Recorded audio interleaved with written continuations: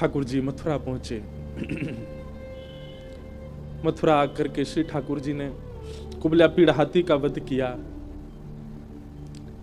अब ठाकुर जी की लीला में आपको ऐश्वर्य ज्यादा दिखेगा, क्योंकि प्रेमी श्री कृष्ण तो वृंदावन ही रह गए। ऐसा भी कहूं कि ठाकुर जी का स्वभाव वृंदावन में रह गया, अब प्रभाव आगे आ रहा है। वो चंचलता, वो मधुरता, वो प्रियता, अब सब ठाकुर जी ने उसको गौड़ कर लिया। अब ठाकुर जी परब्रह्म की भांति लीला कर रहे हैं, मानो अपने परब्रह्मत्व पर ही ठाकुर जी को क्रोध आ रहा है कि मैं क्यों हूं जिसके कारण मुझे व्रत छोड़ना पड़ा। कुबला पीड़ हाथी का वध कर दिया। जितने मल्ल थे कंस के रणभूमि में सबको मार दिया ठाकुर जी ने। और 50 सिड्डी ऊपर बैठे हुए कंस को देखा। एक छलांग मार करके ठाकुर जी उसके पास पहुंच गए, दोनों भुजाओं में कंस को उठा करके पृथ्वी पर पटक दिया। गिरते ही कंस के प्राण निकल गए। भगवान तुरंत कारागृह की ओर दौड़े। बंधु, एक बात कहूं, ठाकुर जी का एक खेल है, विरह और संयोग, संयोग और वियोग। जिस किसी को भी संयोग का अनुभव हो रहा है, तैयार रहना, वियोग आएगा जीवन में, क्योंकि ये खेल है श्री कृष्ण का। वो ऐसे ही करते हैं, जिसको संयोग देते हैं उसको वियोग देते ही हैं। और जो कोई भी रुदन कर रहा है, जिसके भी चित्त में वियोग, जिसके भी जीवन में वियोग है, परेशान मत होना, एक दिन संयोग होगा।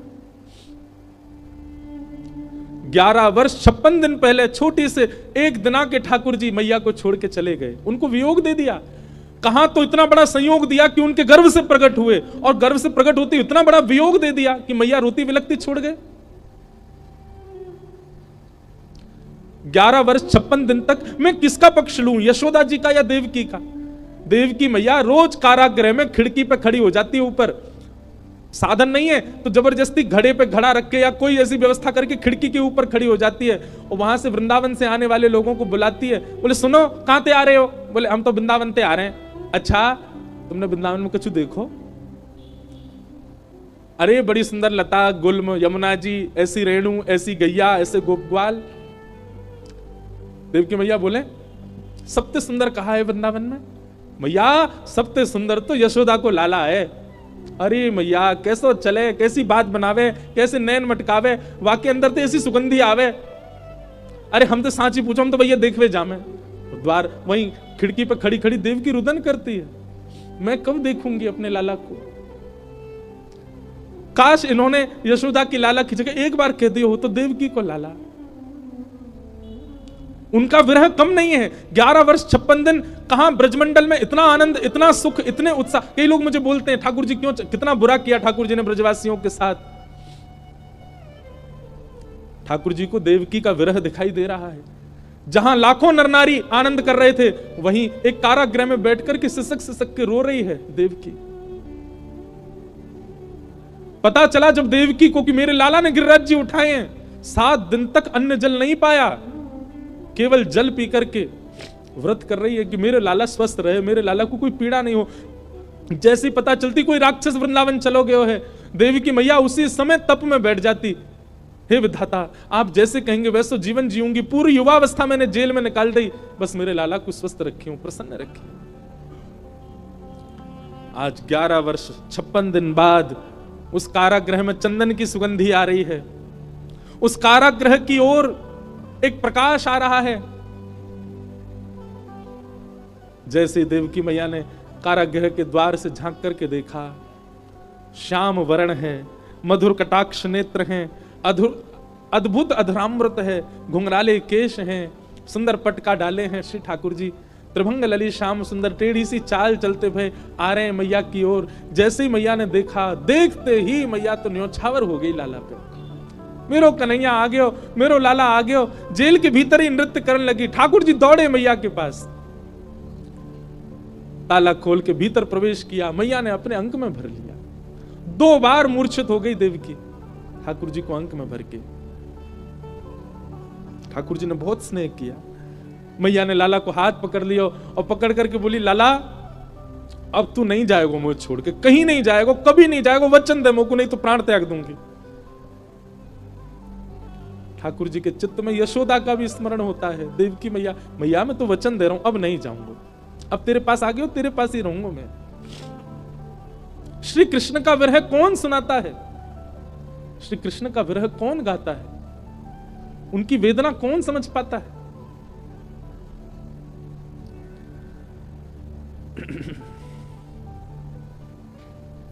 ठाकुर जी ने अपने नाना उग्रसेन को मथुरा का राजा बनाया और माता पिता से आज्ञा मान करके बोले, पिताजी अब मैं अध्ययन की इच्छा है मेरे चित्त में, अब क्या आज्ञा हो तो मैं पढ़ने जाऊं। वसुदेव देवकी की आज्ञा से श्री ठाकुर जी सांदीपनी गुरुकुल अवंतिका उज्जैन पढ़ने के लिए गए और वहां सांदीपनी उपाध्याय के यहां श्री ठाकुर जी ने संपूर्ण शिक्षा ग्रहण की। वहीं ठाकुर जी को सुदामा नाम के मित्र मिले। लौट करके भगवान आए, उद्धव जी महाराज को वृंदावन भेजा, गोपियों के साथ उद्धव जी का संवाद हुआ। जरासंध ने मथुरा के ऊपर चढ़ाई कर दी, भगवान ने 17 बार उसको हरा दिया। 18वीं बार जैसी चढ़ाई की, भगवान रण छोड़ करके भाग गए। बोलो रण छोड़ राय भगवान की। रण छोड़ करके ठाकुर जी विश्वकर्मा को आज्ञा कर दी, एक नई नगरी का निर्माण करो, और समुद्र के बीचों बीच स्वर्ण की नगरी बनी जिसका नाम पड़ा द्वारिका। द्वारिका के राजा भी पुनः उग्रसेन बनाए गए। भगवान प्रधानमंत्री हैं, परंतु पूरी द्वारिका ठाकुर जी को ही राजा मानती है। इसीलिए राजाधिराज गौ ब्राह्मण प्रतिपालक वसुदेव नंदन देवकी नंदन मथुराधिपति श्री कृष्णचंद्र भगवान, ये भगवान का नाम हो गया है। क्या नाम है? राजाधिराज गौ ब्राह्मण प्रतिपालक यदुवंश शिरोमणि वसुदेव देवकी नंदन द्वारिकाधीश श्री कृष्णचंद्र भगवान। भगवान को अच्छा नहीं लगता जब कहीं निकलते हैं, इतनी जोर जोर से चिल्ला के लोग ये बात कहते हैं। ठाकुर जी मनी मन सोचते हैं, कोई एक बार कह दो नंद जी को लाला, कोई एक बार कह दो ब्रज को कन्हैया, कोई एक बार कह दो गैयान को गोपाल, कोई एक बार कह दो गोविंद। लेकिन सब यहां बड़ा बड़ा नाम लेते हैं ठाकुर जी का। कुछ दिन बाद बलराम जी का विवाह रेवत राजा की पुत्री रेवती के साथ में हुआ। भगवान के विवाह का समय आया। नारद जी महाराज ने कौंडन्यपुर के राजा भीष्मक की पुत्री रुक्मणी जी का प्रस्ताव दिया। रुक्मणी जी ठाकुर जी की कथा सुन सुन करके उनसे प्रेम करने लगी। रुक्मणी जी ने एक पत्र लिखा, पत्र भगवान को भेजा। श्रुत्वा गुणान भुवन सुंदर शृण्वतां ते निर्विश्य कर्ण विवरई हरतोंगतापम। हे नाथ, मैंने आपको देखा नहीं है, केवल सुना है। जब से सुना है तब से आपको पति रूप में मान लिया, आप आकर के मेरा वर्ण करो। भगवान ने रुक्मणी जी का जाकर के वर्ण किया। अपने रुक्मणी जी के भाई भी रुक्मी के साथ भगवान की थोड़ी नोक झोंक भी हुई और भगवान का प्रथम विवाह रुक्मणी जी के साथ सुसंपन्न हुआ। रुक्मणी के पश्चात भगवान का द्वितीय विवाह जाम्बवती, तृतीय विवाह सत्यभामा और चौथा विवाह हमारी ब्रज की रस रानी श्री यमुना जी के साथ हुआ। बोलो श्याम सुंदर श्री यमुने महारानी की। भगवान के जो विवाह हैं, अष्ट प्रमुख विवाह पृथ्वी के पंच तत्व और मानव के भीतर के 4 तत्व हैं। पृथ्वी के 5 तत्व कौन कौन से हैं? पृथ्वी, अग्नि, जल, वायु, आकाश। और मानव के भीतर के 4 तत्व कौन से? मन, बुद्धि, चित्त और अहंकार। इनमें से चित्त तत्व जो है मानव के भीतर, वो साक्षात परमात्मा है। तो बचे 3। तो पृथ्वी के पंच तत्व और मानव के भीतर के 3 तत्व, यही भगवान की अष्टपटरानियां हैं। पृथ्वी, कोई भगवान की पत्नी कोई पृथ्वी तत्व है, जैसे सत्यभामा वो पृथ्वी है, जैसे रुक्मणी वो अग्नि है, जैसे यमुना वो जल है। तो पृथ्वी, जल, अग्नि, वायु, आकाश, ये भगवान की 5 मुख्य पटरानी। और हम सब मानवों के भीतर के 3 तत्व, मन, बुद्धि और अहंकार। यहां पर अहंकार अभिमान नहीं है, सेल्फ कॉन्शियसनेस, देहाभिमान। मुझे प्यास लगी, पानी पी रहा हूं, ये भी एक अभिमान है। ये सूक्ष्म अभिमान हम सबके अंदर है। भूख लगने पर भोजन करना, नींद आने पर सोना, ये 3 तत्व हैं, मन, बुद्धि और अहंकार। इन तीनों से भी भगवान ने ब्याह किया।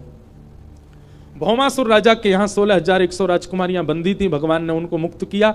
उन सब ने भगवान से प्रार्थना की कि आप ही हमें पत्नी रूप में स्वीकार करो। भगवान ने 16,100 राजकुमारियों के साथ विवाह किया। ये कौन है? ये वेद के मंत्र हैं, उपासना कांड के मंत्र हैं। 16,100 ठाकुर जी की उपासना के। ब्राह्मण देवता आपके घर अनुष्ठान करते हैं, आपके हाथ में पुष्प देकर के कहते हैं श्री ठाकुर जी का स्मरण करो। कस्तूरी तिलकम ललाट पटले वक्षस्थले कौस्तुभम नासाग्रे वर मुक्तिकं तरतले वेणु कणे कंकड़म सर्वांगे हरिचंदनम सुललितम कंठे च मुक्तावली गोपस्त्री परिवेष्टितो विजयते गोपाल चूड़ामणि। अब ये पुष्प ठाकुर जी को छोड़ दो। इस प्रकार 16,000 मंत्र भगवत उपासना के जो हैं वे ही भगवान की 16,100 पटरानियां। कितने ब्याह हो गए भगवान के? 16,108। भगवान सबके साथ अलग अलग भवन में एक साथ रहते हैं।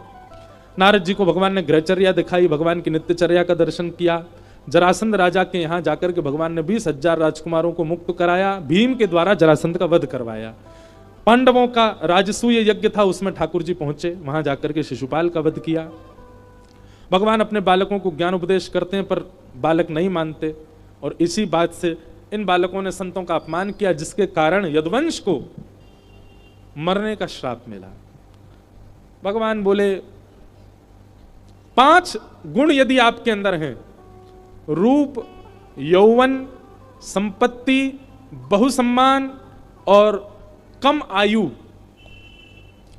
रूप, यौवन, संपत्ति, बहुसम्मान और ऊंची पदवी, ये 5 गुण यदि आपके पास हैं और इनके साथ 6वां गुण सत्संग नहीं है, तो ये 5 आपको एक दिन घेर देंगे। आपके पास रूप है लेकिन सत्संग नहीं है, तो आप रूप गर्विष्ठ हो जाओगे। आपके पास धन है लेकिन आप सत्संग नहीं करते, तो आपका धन आपका नाश करेगा। आपके पास यौवन है, आपका शरीर बहुत बलवान है, युवावस्था है, लेकिन आप सत्संग नहीं करोगे तो ये युवावस्था व्यर्थ हो जाएगी। आपकी कम उम्र में बहुत सम्मान हो रहा है, बहुत कर रहे हैं, प्रेम कर रहे हैं लोग, लेकिन आपके जीवन में सत्संग नहीं है, तो आपका कम उम्र में सम्मान पाना विष के समान। भगवान के पुत्रों के अंदर ये सारे गुण हैं, रूप भी है, यौवन भी है, संपत्ति भी, उम्र भी कम है, ऊंची पदवी भी मिल गई, सब कहते हैं भगवान के बच्चे आ गए, लेकिन सत्संग नहीं है जीवन में। भगवान ने यह बात हम सबको बताई, मेरे खुद के बालकों ने सत्संग नहीं किया और पूरे यदुवंश के नाश का कारण बन गए।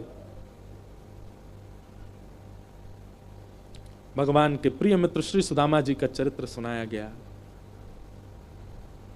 यदुवंशियों में आपस में एक दिन युद्ध हुआ, लड़ झगड़ करके सब लोग आपस में मरते चले गए। एर का नाम की विषैली घास थी, एक दूसरे पर फेंक दी, धीरे धीरे सबके प्राण निकल गए। बलराम जी महाराज भगवान के आगे हाथ जोड़ते हैं, लाला अब मोए आज्ञा दो। ठाकुर जी ने आज्ञा दी और शेषनाग रूप धारण करके क्षीर सागर में श्री बलराम जी प्रवेश कर गए।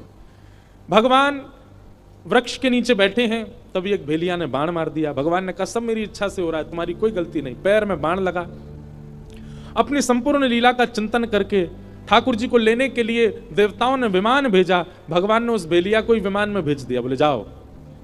बोले आप कैसे आएंगे? भगवान बोले हम पे बहुत तरीके आने का, हम आते हैं। उद्धव को ज्ञान उपदेश किया, मैत्री मुनि को ज्ञान उपदेश किया। इसी को भागवत धर्म कहते हैं। अद्भुत प्रसंग है श्रीमद् भागवत जी का, भगवान कृष्ण उद्धव संवाद। हम सबको प्रणाम करते हैं। हम साल में एक बार बद्रीनाथ कथा करते थे, तो वहां उद्धव कृष्ण संवाद ही करते थे, पर 2 साल से अभी जाना नहीं हुआ। अब अगले वर्ष यदि जाएंगे तो वहां पुनः उद्धव कृष्ण संवाद होगा। भगवान ज्ञान उपदेश करके उद्धव जी ने पूछा कि नाथ आप चले जाएंगे तो हम कैसे जीवित रहेंगे? हम भक्तों का आश्रय क्या है? आपके जाने के बाद हम किसकी शरण में जाएंगे? तो भगवान बोले उद्धव मेरी ओर देखो, और ठाकुर जी एक दिव्य ज्योति में परिणित हो गए। 7 बार आकाश में भ्रमण करते हुए तिरोधाय प्रविष्टो यम श्रीमद् भागवतार्णवम, ठाकुर जी भागवत में आकर के विराजमान हो गए। ये श्रीमद् भागवत कोई ग्रंथ नहीं, कोई पोथी नहीं है, साक्षात श्री कृष्ण है, श्री कृष्ण का वांग्मय स्वरूप है। कुछ और लीलाएं हुई। यहां अर्जुन ने जाकर के सबको बता दिया, भगवान लीला पूरी करके चले गए। पांडव परीक्षित को राज्य गद्दी पर बिठा के स्वर्गारोहण को चले गए। परीक्षित जी महाराज बड़े हुए, एक अपराध संत का बना, ब्राह्मण ने श्राप दे दिया। 7 दिन तक उन्होंने शुकाचार्य जी से कथा सुनी। आज 7वां दिन है। सुखदेव जी महाराज कहते हैं परीक्षित तुमने 7 दिन तक कथा सुनी, आज कथा का विश्राम है। तक्षक सर्प आकर के तुमको डसेगा, बताओ तुम्हारे मन में क्या चल रहा है? श्री परीक्षित जी महाराज कहते हैं भगवान मृत्यु देह की होती है, आत्मा की नहीं होती। ये कथा सुनकर के, नियम करके, अनुष्ठान करके, ठाकुर जी से प्रेम लक्षणा भक्ति करके शरीर तो व्यक्ति यहीं छोड़ देता है, उसकी आत्मा परमात्मा में विलीन हो जाती है। आपकी कथा से भी मैं अब इस बोध से अवगत हो गया हूं कि तक्षक सर्प शरीर को डसेगा, शरीर तो यहीं रह जाना है, आज नहीं तो कल। आज आकर के डसेगा तो आज ही रह जाएगा, पर मेरी आत्मा आपकी कथा के द्वारा इतनी प्रसन्न हो चुकी है, इतनी ज्ञान युक्त हो चुकी है कि वो मुक्त होकर के भगवत धाम को प्रस्थान कर जाएगी। त्वम तु राजन मरिष्येति पशु बुद्धिम इमाम जही। मैं मरूंगा, ये एक पशु बुद्धि है, तन मरता है, मैं नहीं मरता, मैं तो एक आत्मा हूं। अगर कर्म बचे होंगे तो दूसरा जन्म ले लूंगा, और कर्म निवृत्त हो गया होगा तो भगवत प्राप्ति कर लूंगा। इस प्रकार भगवान सुखदेव जी की कथा सुनकर के परीक्षित मुक्त हो गए। सुखदेव जी उठ करके वहां से प्रस्थान कर गए। बोलो सुखदेव जी महाराज की। सुखदेव जी व्यास मंच छोड़ करके वन की ओर प्रस्थान कर गए। तक्षक सर्प ने आकर के स्पर्श किया, राजा परीक्षित का देह जल गया और उनकी आत्मा दिव्य आत्मा हो गई, और विमान में आरूढ़ होकर सबको दिखते हुए, सबको दर्शन देते हुए श्री परीक्षित जी महाराज भगवत धाम को प्रस्थान कर गए। बोलो भागवत महापुराण की जय। यहाँ पर और भी कई प्रसंग हैं, सबको हम प्रणाम करते हैं। मार्कंडेय ऋषि ने प्रलय का दर्शन आदि किया, सबको हम वंदन करते हुए श्रीमद् भागवत जी का अंतिम श्लोक सब लोग मेरे साथ 3 बार दोहराएंगे। नाम संकीर्तनम यस्य, नाम संकीर्तनम यस्य, सर्व पाप प्रणाशनो, सर्व पाप प्रणाशनो, प्रणामो दुख समनः, प्रणामो दुख समनः, तम नमामि हरिम परम, तम नमामि हरिम। सुन करके सब लोग बोलो और बिल्कुल शुद्ध उच्चारण कीजिए भागवत जी का अंतिम श्लोक, विश्राम श्लोक। नाम संकीर्तनम यस्य, नाम संकीर्तनम यस्य, सर्व पाप प्रणाशनो, सर्व पाप प्रणाशनो, प्रणामो दुख समनः, प्रणामो दुख समनः, तम नमामि हरिम परम, तम नमामि हरिम परम। नाम संकीर्तनम यस्य, नाम संकीर्तनम यस्य, सर्व पाप प्रणाशनो, सर्व पाप प्रणाशनो, प्रणामो दुख समनः, प्रणामो दुख समनः, तम नमामि हरिम परम, तम नमामि हरिं परम। नाम संकीर्तनम यस्य सर्व पाप प्रणाशनो, प्रणामो दुख समनस्तम नमामि हरिम परम। जिन भगवान का नाम इतनी सामर्थ्य रखता है कि उस नाम का आश्रय लेने वाला अपने समस्त प्रकार के पापों से मुक्त होता चला जाता है, ऐसे प्रभु श्री नाम के आश्रय को हम बारंबार प्रणाम करते हैं। बंधुओं, हापुड़ की ये कथा आज विश्राम हो रही है। आप सब लोग खूब भक्ति में आगे बढ़ो, खूब वृंदावन से प्रेम करो। जीवन में कभी ऐसा कुछ नहीं करना जिससे ठाकुर जी नाराज हो जाएं। और तो रूठें भले रूठें, पर तुम मत रूठो मालाधारी। भैया रूठ जाएं, दीदी रूठ जाएं, पिताजी रूठ जाएं, मैया रूठ जाए, पति रूठ जाए, बच्चे रूठ जाएं, ठीक है चलेगा, संसार रूठ जाए, पर हमारे श्याम सुंदर नहीं रूठें। ऐसी कोई क्रिया हमसे ना बने, इसका ध्यान रखना। आज तक यदि बनी है तो अब ना बने, ऐसा संकल्प ले लो। खूब कथा सुनो। हम पुनः बहुत जल्दी आप सबके मध्य में आएंगे। इन 7 दिनों में हमारी वाणी से कोई अपराध बना हो, हमने किसी को कुछ ऐसा कह दिया हो जिससे उसको बुरा लगा हो, हमारी कोई बात अच्छी ना लगी हो, आप सब लोग क्षमा करिएगा। हमारे पूज्य भगवत धाम वाले पूज्य बड़े महाराज जी, छोटे महाराज जी, बस यही प्रार्थना है गंगा मैया से, ऐसे ही महाराज जी हमको प्रेम करते रहें, बुलाते रहें, हम भी आते रहें। आप सब हापुड़ वासियों को जय श्री कृष्ण, जय सिया राम, जय श्री राम। एक भाव गा करके आज की कथा को विश्राम करते हैं। हो बाला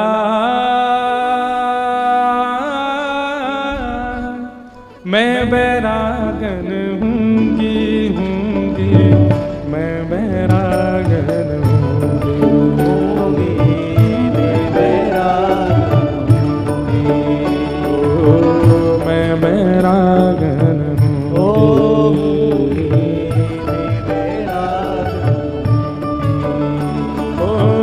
जिन भेषा मारो सावरी जय, जिन भेषा कुछ जलने की सी दुर्गंध क्यों आ रही है? जिन भेषा मारो सावरी जय, अब जीवन कैसा करना है? हमारा जीवन ऐसा ही बनाना है जिससे ठाकुर जी रीझे। जिन भेषा राधा रमण जूरी जय,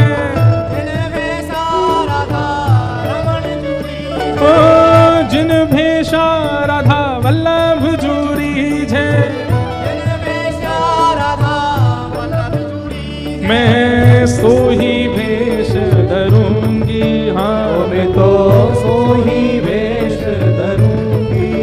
ओ मैं तो सो ही भेष धरूंगी हो, मैं तो सो ही वेश धरूंगी। देखो हमने तो कथा जा हमारी जल्दी पूरी करी, 12:30 बजे हमारा हेलीकॉप्टर लेके जाएगा, वो 1 बजे आएगा। अब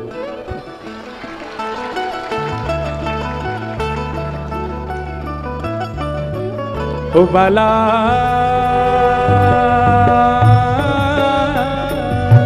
मैं बैरागन हूंगी हूंगी, मैं बैरागन हूंगी।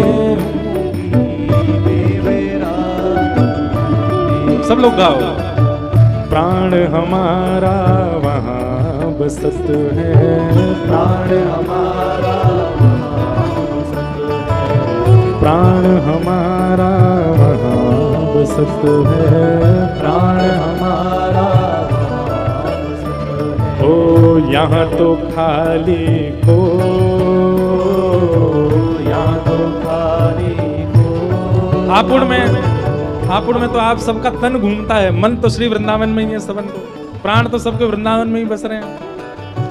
मात पिता परिवार सोई है, मात पिता परिवार सोई है, हाँ मात पिता परिवार सोई है, मात पिता परिवार सोई है। कहिए तिनका तोड़ बाला कहिए तिनका तो, हाँ बाला कहिए तिनका तोड़ बाला कहिए तिनका तो।